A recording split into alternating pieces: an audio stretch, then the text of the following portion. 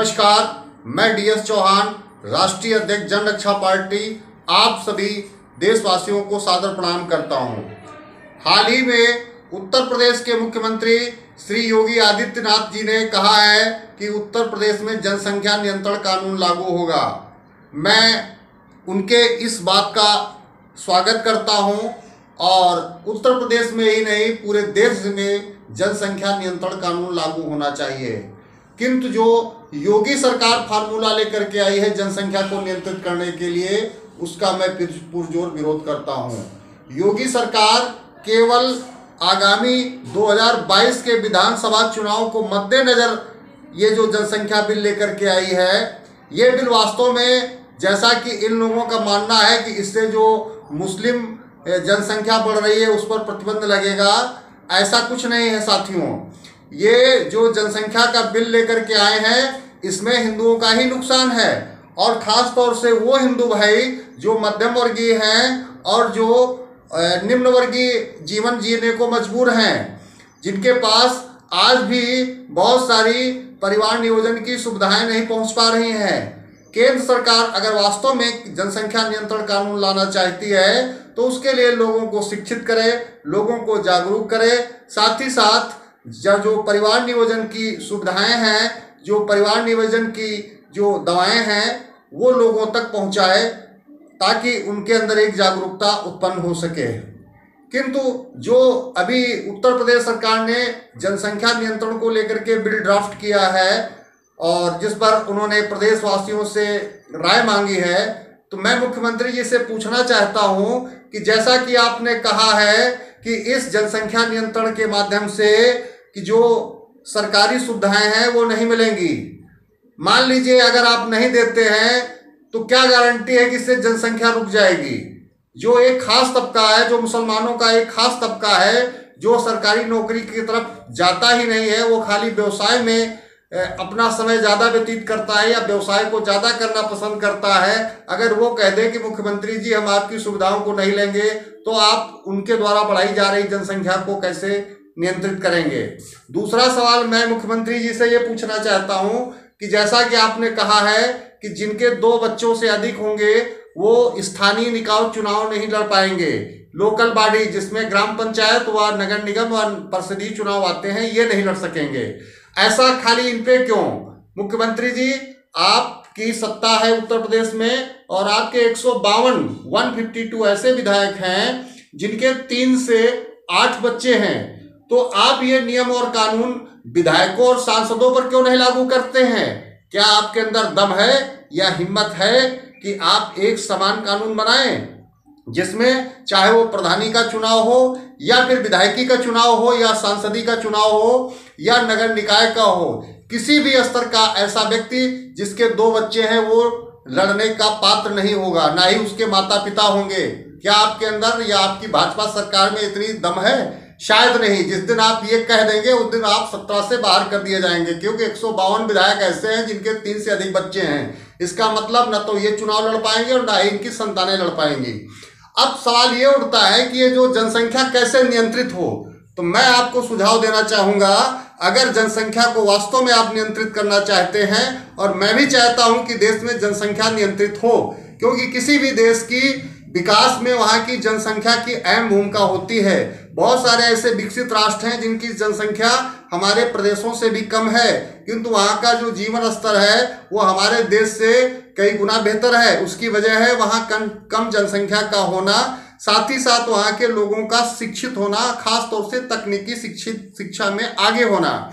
किंतु हमारे देश में जो भी सरकार फैसला लेती है, चाहे वो भारतीय जनता पार्टी हो, चाहे वो समाजवादी पार्टी हो या कांग्रेस पार्टी हो, इन सभी लोगों ने सिर्फ अपने स्वार्थ के लिए देश व प्रदेश को अंधकार की ओर मोड़ा है। समाजवादी पार्टी जहां एक ओर मुस्लिम वोट हासिल करने के लिए मुसलमानों की बात करती है, मुसलमानों के हित की बात करती है, जबकि सच्चाई ये है समाजवादी पार्टी कभी भी मुस्लिमों की हितैषी न रही है और ना रहेगी। अगर वास्तव में समाजवादी पार्टी मुसलमानों की हितैषी है तो क्या उसके पूर्व मुख्यमंत्री व राष्ट्रीय अध्यक्ष श्री अखिलेश यादव जी किसी मुसलमान को उत्तर प्रदेश का मुख्यमंत्री बनना देखना चाहेंगे? शायद कभी नहीं। अब आ जाइए भारतीय जनता पार्टी पे। भारतीय जनता पार्टी जो ये बिल लेकर के आई है जनसंख्या नियंत्रण का, इससे खाली सबसे ज्यादा जो हमारे हिंदू भाई हैं उन्हीं का नुकसान होगा, मुसलमानों का उतना नुकसान नहीं होगा, क्योंकि वो सरकारी सुविधाओं में, सरकारी नौकरियों में भरोसा ही नहीं करते हैं। हाँ, हिंदू भाई जो है अपने वो बच्चों चाहते हैं कि उनके बच्चे पढ़ लिख करके गवर्नमेंट जॉब में जाएं, सरकारी सेवाएं पाएं, किंतु जो पढ़े लिखे लोग हैं, जो धन संपन्न लोग हैं, वो पहले से ही जनसंख्या पर नियंत्रण लगा रहे हैं। किसी के 1 बच्चे हैं तो किसी के 2 बच्चे हैं, जैसे मेरे ही 2 बच्चे हैं। लेकिन बहुत सारे ऐसे भी भाई हैं अपने जो किन्हीं कारणों से अभी आर्थिक रूप से कमजोर हैं और वो जनसंख्या पर नियंत्रण नहीं लगा पा रहे हैं। उसमें सामाजिक आधार भी हो सकता है, कुछ सामाजिक कुरीतियां भी जिम्मेदार हैं।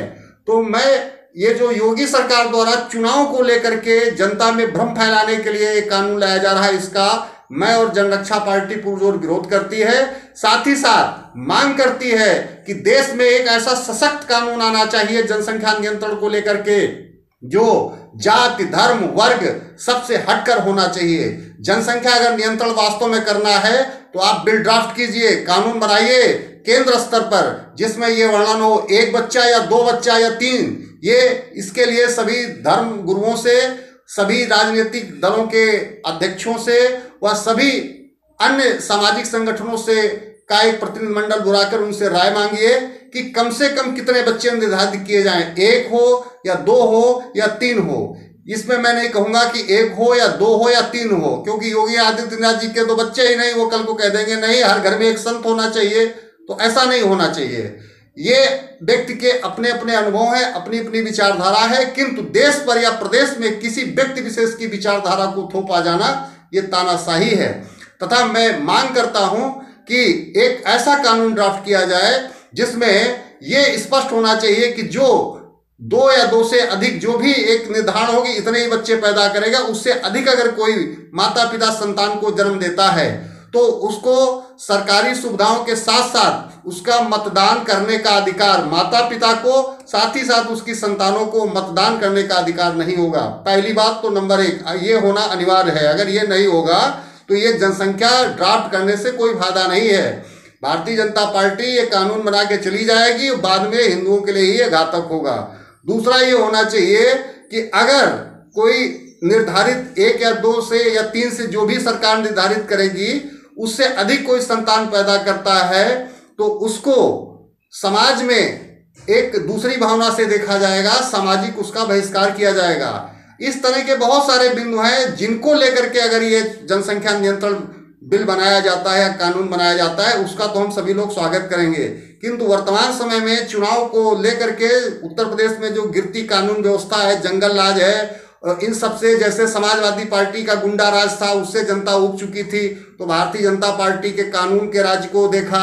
किंतु योगी सरकार में जो पुलिस का तांडव चल रहा है, जो अधिकारियों की घूसखोरी चल रही है, जो वाहन चेकिंग के नाम पे अवैध वसूली हो रही है, अभी कोरोना काल में आपने देखा कि जनता को किस तरह से पुलिस से पिटवाया गया, पुलिस वालों ने कितनी बर्बरता की, तो इन सब से ऊब चुकी है। अब जनता और जनता का विश्वास अब जनरक्षा पार्टी की तरफ है और जनरक्षा पार्टी सभी प्रदेशवासियों को ये आश्वासन देती है कि जैसे ही जनरक्षा पार्टी की सरकार बनेगी तो पहली बात तो जितने फर्जी मुकदमे दर्ज किए गए हैं वो सारे वापस होंगे लोगों के ऊपर, और जितने भी गुंडे हैं चाहे वो समाजवादी पार्टी के गुंडे हों या भारतीय जनता पार्टी के गुंडे हों, इन सभी गुंडों को चिन्हित किया जाएगा और इनके ऊपर कड़ी कार्रवाई की जाएगी। साथ ही साथ मुख्यमंत्री के कार्यकाल में जितने भी घोटाले हुए हैं, जैसे पूर्व मुख्यमंत्री अखिलेश यादव के कार्यकाल में भी बहुत सारे घोटाले हुए हैं, जिसमें रिवर फ्रंट घोटाला प्रमुख है, लेकिन 4.5 साल हो गए योगी सरकार ने उसमें कुछ नहीं किया।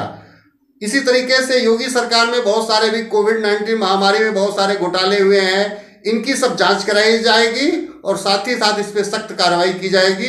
जय हिंद, जय जनरक्षा पार्टी।